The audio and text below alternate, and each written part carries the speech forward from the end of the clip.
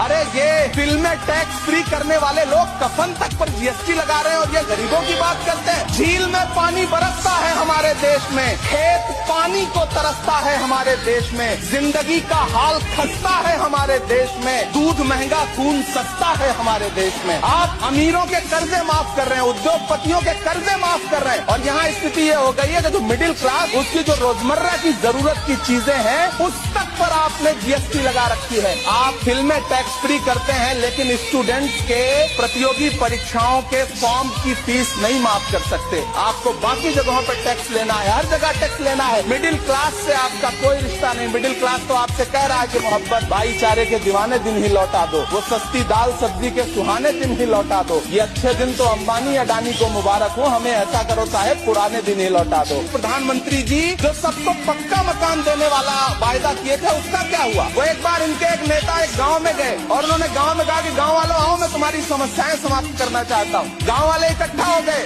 नेताजी ने गांव वालों से कहा बताओ तुम्हारी दो समस्याएं बताओ, मैं दोनों समस्याओं का यहीं पर समाधान करूंगा। तो गांव वालों ने कहा साहब हमारी पहली समस्या है कि हमारे यहाँ कोई हॉस्पिटल नहीं है। तो नेताजी ने मोबाइल निकाला, कहीं फोन मिलाया और मिला के फोन पे पता नहीं क्या कुछ कहा कि यहाँ गाँव में हॉस्पिटल नहीं है, हॉस्पिटल तुरंत यहाँ हॉस्पिटल चाहिए। गाँव वाले खुश हो गए कि 1 मिनट में यहाँ हॉस्पिटल आ रहा है। अगली समस्या के बारे में उन्होंने नेताजी ने गाँव वालों से कहा कि मैंने आपकी पहली समस्या समाप्त कर दी, दूसरी समस्या बताओ। तो गांव वालों ने कहा साहब इस गांव में कोई भी मोबाइल का नेटवर्क ही नहीं है। ये है इनके काम करने का तरीका, ये है झूठ बोलने का तरीका।